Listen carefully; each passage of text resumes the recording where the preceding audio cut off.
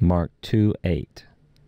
Kai euthus epigenous Iesus to pneumati autou hati hutos dialogizantai in haotois lege autois ti tauta dialogizesta in tais cardiais humon.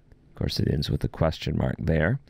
And we begin with this common transition in Mark, kai euthus, which is often over-translated as "and immediately," and many times it just seems to function as a loose transition. And then here's our subject, Jesus, epigenous, knowing in his spirit. And that participle, epigenous, is from the lexical form epigenosko. Most of you are familiar with the word gnosko, which means to know.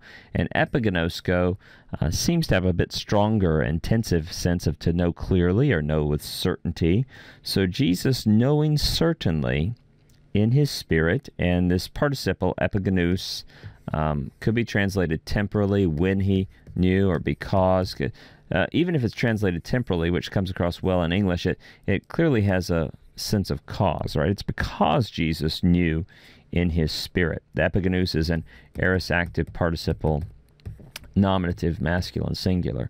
When Jesus knew in his spirit, hati, that, hutos, in this way, they were thinking in themselves.